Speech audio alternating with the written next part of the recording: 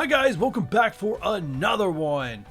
Yes, it is time for me to probably put out my very first top 10 top characters in the game list. There's going to be two separate lists in this video. One is going to be free to play and the other one is going to be a pay to win top 10 characters. Now, because this is a top 10 list and it's my top 10 list, this is very subjective. So if you disagree with anything that I put in my top 10 or think a character should be mentioned that wasn't, by all means, let me know in the comments down below and let me know why they belong in the top 10 or not in the top 10. Maybe you can persuade me for next month. And now it's time to roll the intro, so you know what to do. Sit back, relax, and let's get into it.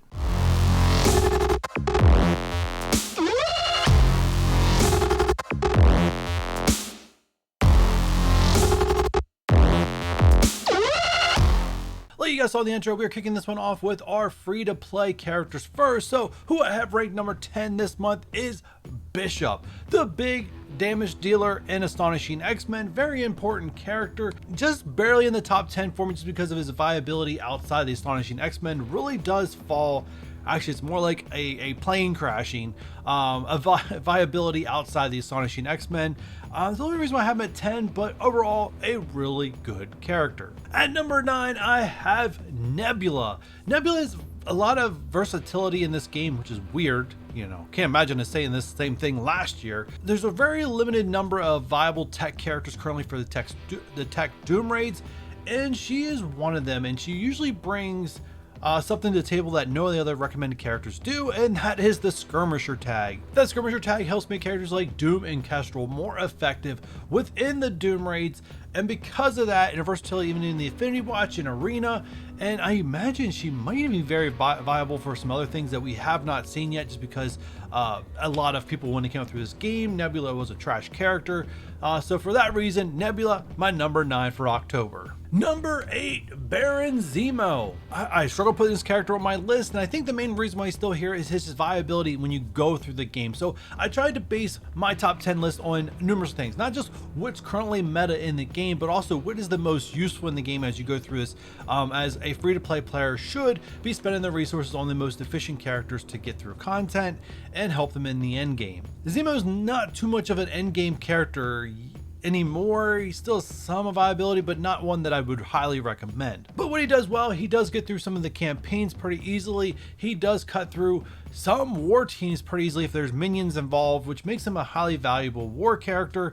And his ability block is still very, very important where he gets it early, which is crucial when trying to stop characters like Doom from going off. So for that reason, he's my number 8 for October. Number 7 is Minerva. Now, this is a character that's really starting to fall off. I'm not very high on Minerva anymore. As a matter of fact, I don't even really recommend her for Doom raids. I know some people, like tech is very colluded right now of who's viable and who's not. I know some people still take Minerva based on what they've invested in, stuff like that, but I personally do not use Minerva in Doom raids anymore. I just find that she's way too squishy and her effectiveness and her cooldowns are just not there anymore. So she's kind of falling back, but still very important character when you come up through Dark Dimension 2, Dark Dimension 3. She does start losing some viability in Dark Dimension 4, but still is a good recommended character, and also in all the other raid content as you come up through, makes her a very important character for free to play to grab and to build. For that reason, she is number 7. But with that said, let's get to number 6. And for that is Scream. Now, I almost kicked Scream off this list completely just because darn, she's squishy. I mean, she's really squishy. But what she does in her kit is very valuable. Her passive, where she just gives speed up and turn meter when you knock out any character or any character gets knocked out, is very important. Just overall, her turn rewind, her disrupt, the getting rid of buffs, putting offense down, very, very, very valuable character. I just wish it wasn't a squishy, because if she wasn't a squishy, she'd probably be making the top of my list. And for me, number 5 is Beast. I find that he's probably more valuable than Bishop and the Astonishing X-Men, and not valuable in the damage aspect of the word, but valuable in the sustainability aspect of the team. Without Beast, that team falls apart.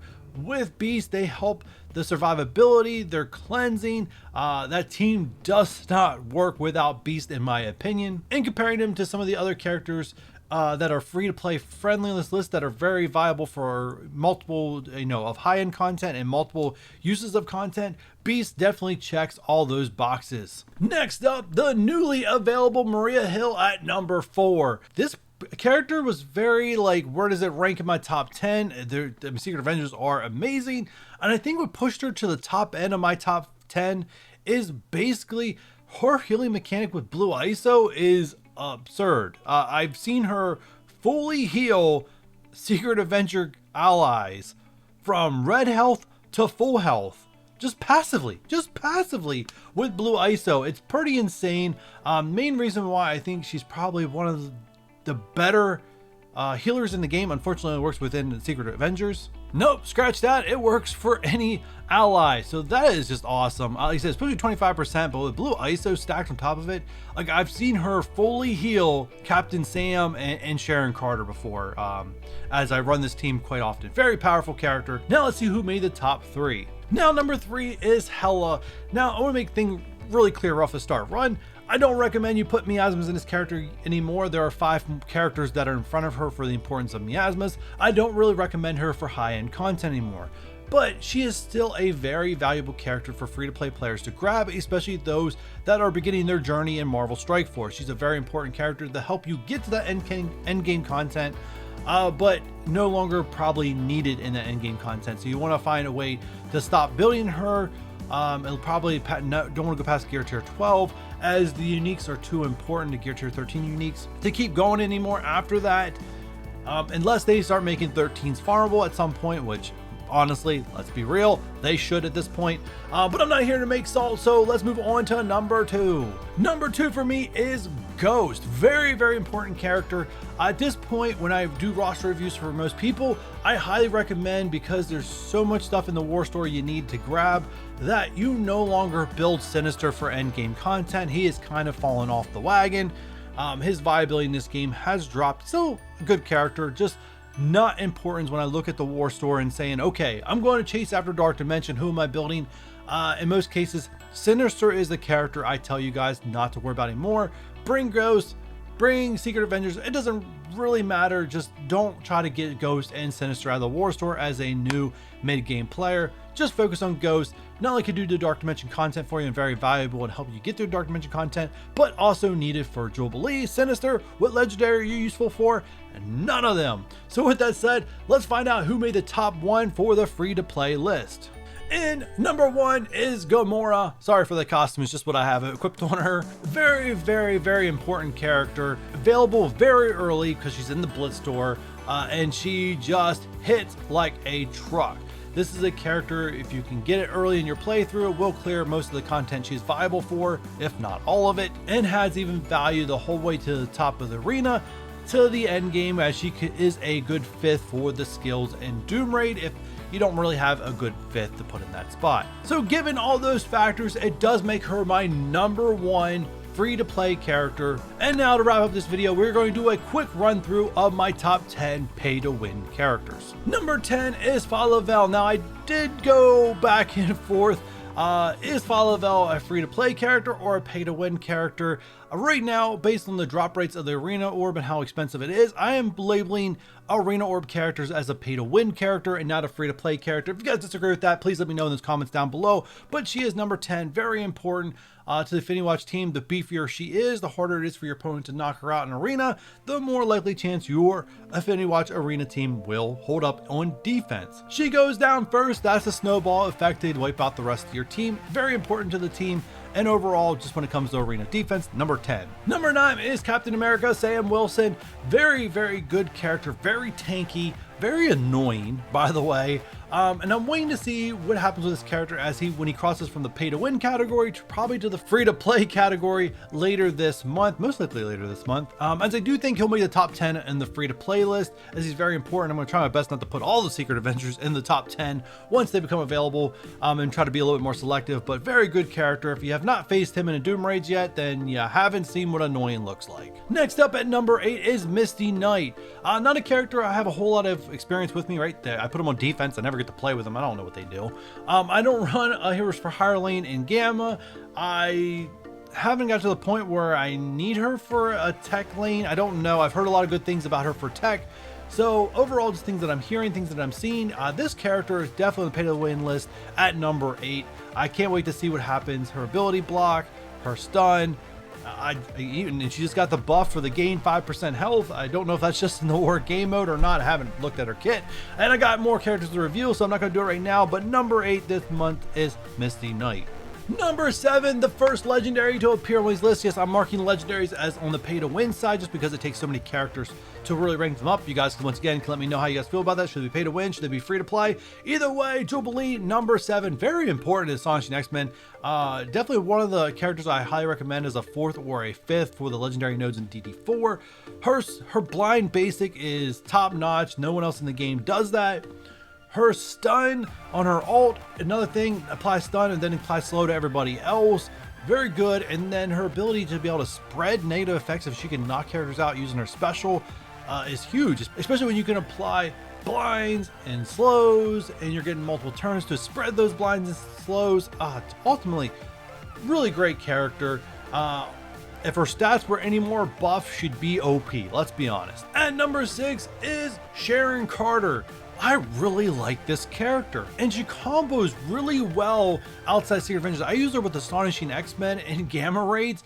I absolutely love it. She's playing defense down. She's help stunning. I mean, it's just tons of control when you pair her with Jubilee. It's pretty insane. So I don't know if it's just my own personal experience why I rank this character so high, or if other people feel the same. You guys have to let me know in the comments down below, but that's why Sharon Carter gets my number 6. My number 5 is Deathpool. I'm actually really enjoying this character.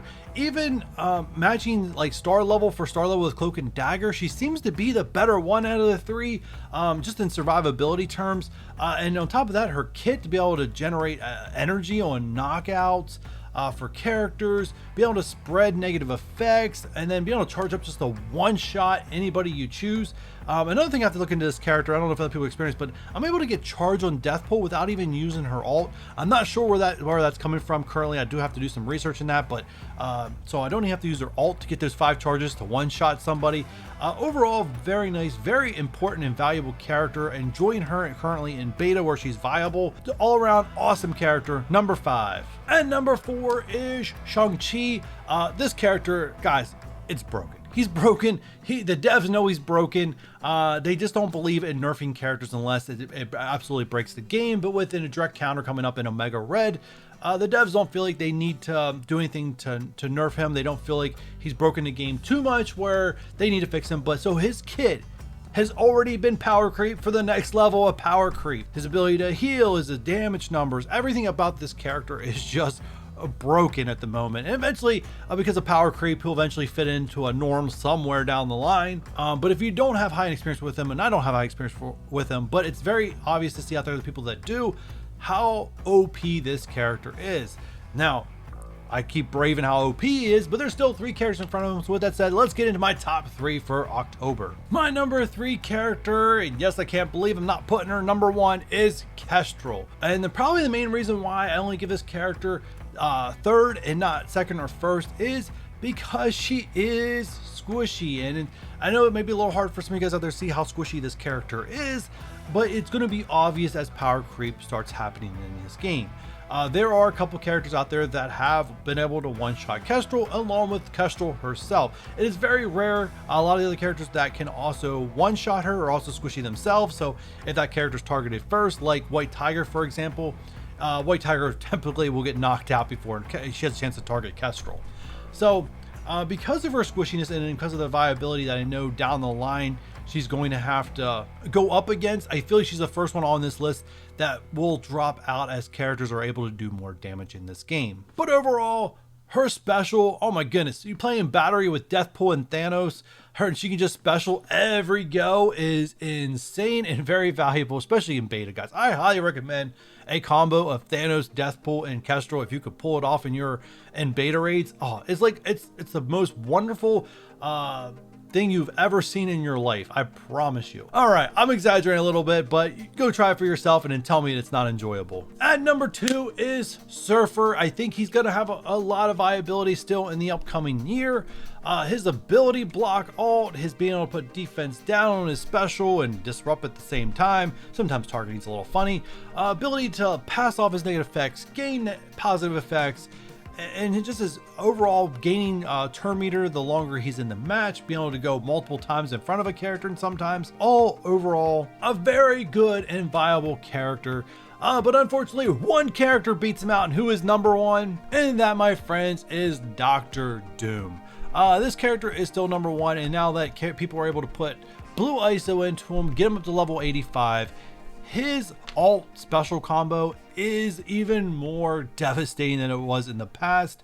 A lot more characters that could used to stand upright even with defense up on them are no longer standing upright, and it's getting very annoying in war. Let's be honest, if you guys have not seen this character maxed out in 85, full maxed out blue ISO, you know, in a war or any other game mode, yeah, you guys have not seen what power looks like. And he's not an easy character to knock out, which makes him a step above a character like Kestrel. But with that said, guys, this is my top 10 for October, both free to play and a pay to win list. And if you guys agree, disagree, have characters you think should be mentioned, please, once again, in the comments down below, the best way to influence me in trying to change my mind on these characters. But I'm going to try to do this once a month, so I'll be back in October. So with that said, if you guys enjoy this top 10 or appreciate lists like this, do me a huge favor, hit that thumbs up button. If you're new and haven't done so already, hit that subscribe, and I'll catch you guys in the next one. Bye.